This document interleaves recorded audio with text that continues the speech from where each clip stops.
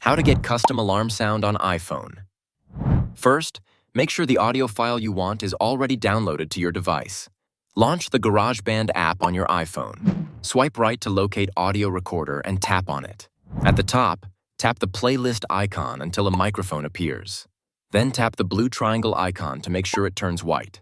Now tap the loop icon in the top right corner. Go to the Files tab and locate your downloaded sound.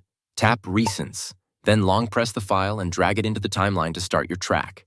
Next, tap the plus icon at the top right. Select Section A.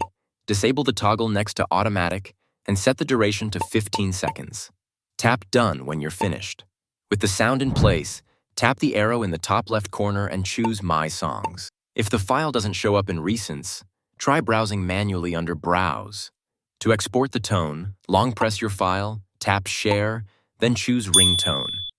Name your tone, then tap Export. Your custom audio is now saved as a ringtone. To use it as an alarm, return to the home screen and open the Clock app.